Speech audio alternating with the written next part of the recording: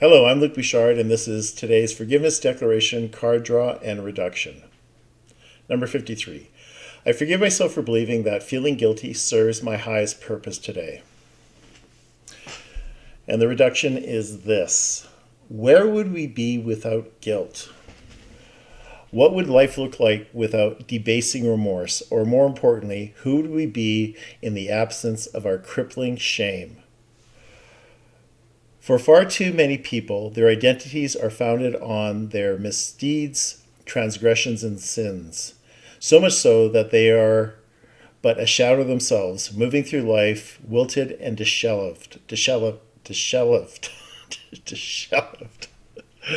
Okay, I'm just going to let you pronounce that one. And what is absolutely bizarre about guilt is that people are unwilling or unable to let it go and set it aside. Why is this so? Well, for some, it is because that is all they know and it is a familiar way of being. Others have been conditioned to think that they are sinners and salvation only comes through repentance. And for yet others, it is a way of playing small, where they don't have to take responsibility for their happiness. Regardless of the reasons, we choose to experience guilt and remorse, and it is just that, a choice, whose intention is to facilitate and enhance our perceived separation from God. Moreover, if we choose to live in the here and now, and not the there and then, our connection to God would remove our pain and suffering.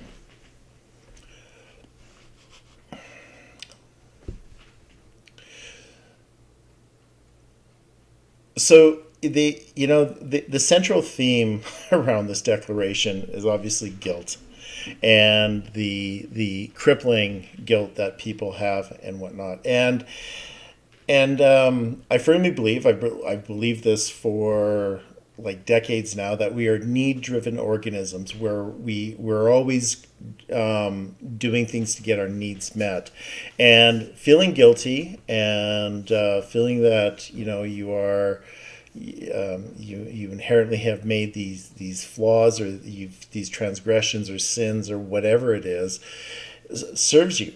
It certainly serves me. It has served me in the past. It doesn't serve me anymore, or a whole lot less than it used to.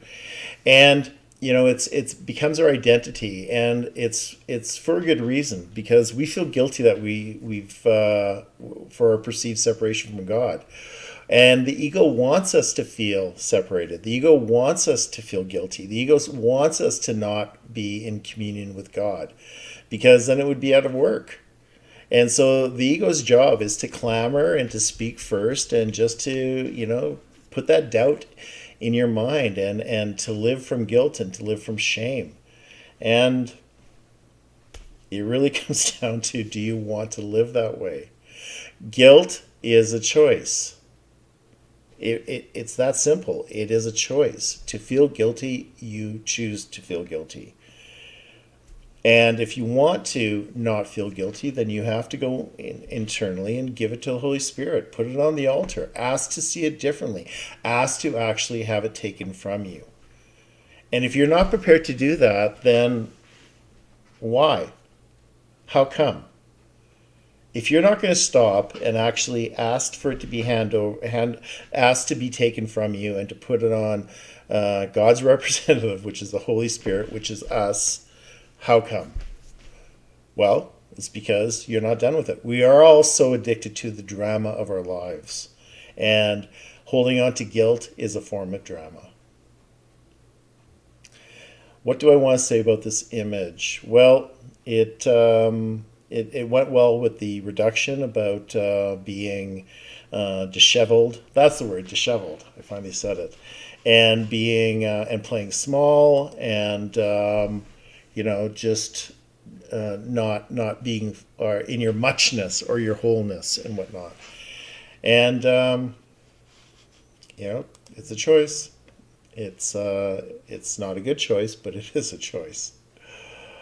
Thanks so much for watching this video. I hope that you can put guilt aside, because it doesn't serve you, and it doesn't serve me. You playing guilty, and anyone playing guilty and playing small, basically is giving other people permission to play small, and to harbor guilt, and to be crucifying yourself over your guilt.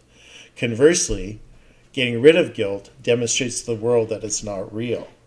So you have a choice. You have a choice to listen to the ego, or you have a choice to listen to the Holy Spirit. But you have to join. And our part is so small. Our part isn't that great. All we have to do is have some willingness to see it differently and to be with God. What's your choice going to be?